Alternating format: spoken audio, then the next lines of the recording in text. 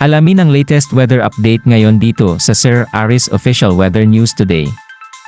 Huli pong namataan ang sentro nitong si Bagyong Carina sa layong 325 kilometers east-northeast of Basco, Batanes. Taglay nito ang maximum sustained winds na 150 kilometers per hour, so lumakas pa po ito at meron itong gustiness na hanggang 185 kilometers per hour. Ito po'y kumikilos pa rin pahilaga sa bilis na 20 kilometers per hour. Itong si Bagyong Carina ang nagkokos po ng mga pag-uulan at may kalakasang hangin sa malaking bahagi po ng Luzon, Visayas, and western portion of Mindanao. Ito po yung habagat natin or southwest monsoon na siyang makakaranas or mararanasan pa rin ng ating mga kababayan sa susunod po na 2 araw.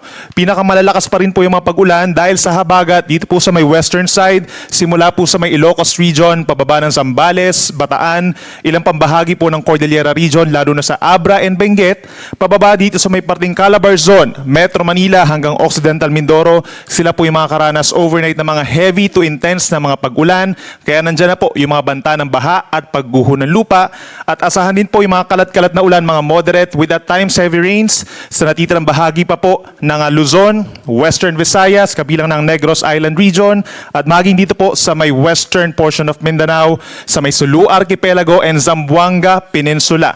Pero pinakang uulanin po at makakaranas din ng direktang epekto itong mga kababayan po natin sa may Ilocos Norte, Apayao at malaking bahagi po ng Cagayan Valley.